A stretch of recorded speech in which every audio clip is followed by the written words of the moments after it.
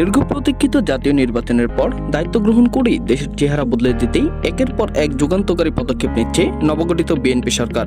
শপথ গ্রহণের মাত্র এক সপ্তাহের মাথায় মাননীয় প্রধানমন্ত্রী তারেক রহমানের বিশেষ নির্দেশনায় স্থবির হয়ে পড়া অর্থনীতিতে গতি সঞ্চার ও জনজীবনের স্বস্তি ফেরাতে বড় ধরনের সংস্কার কার্যক্রম শুরু হয়েছে।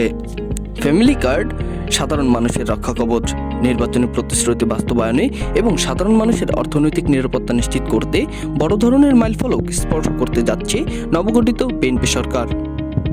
আগামী 10 মার্চ থেকে দেশজুড়ে পরীক্ষামূলকভাবে শুরু হতে যাচ্ছে সরকারের অন্যতম অগ্রাধিকার ভিত্তিক কর্মসূচি ফ্যামিলি কার্ড। দ্রব্যমূল্য নিয়ন্ত্রণে কঠোর নজরদারি। সরকার গঠনের পরপরই সাধারণ মানুষের প্রধান দুশ্চিন্তা দ্রব্যমূল্য নিয়ন্ত্রণে বিশেষ টাস্কফোর্স গঠন করা হয়েছে।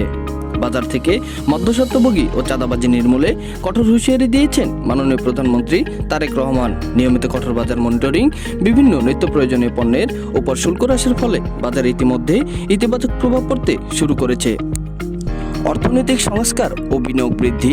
দেশের ভঙ্গুর অর্থনীতিকে শক্তিশালী করতে সরকার ভবিষ্যৎমুখী কিছু অর্থনৈতিক পরিকল্পনা গ্রহণ করেছে। বৈদেশিক মুদ্রার রিজার্ভ বৃদ্ধি এবং সরাসরি বিদেশি বিনিয়োগ এফডিআই আকর্ষণে বিশেষ বিজনেস উইন্ডো চালু করা হয়েছে।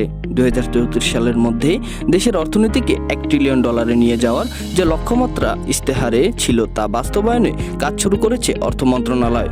দুর্নীতি বিরোধী জিরো টলারেন্স প্রশাসনের সর্বস্তরের স্বচ্ছতা ও জবাবদিহিতা নিশ্চিত করতে দুর্নীতির বিরুদ্ধে জিরো টলারেন্স নীতি ঘোষণা করা হয়েছে।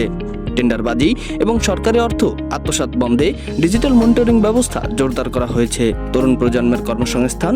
2024 সালের ছাত্র জনতার আন্দোলনের স্পিরিটকে ধারণ করে যুব সমাজের কর্মসংস্থানে বিশেষ প্রকল্প হাতে নেওয়া হয়েছে।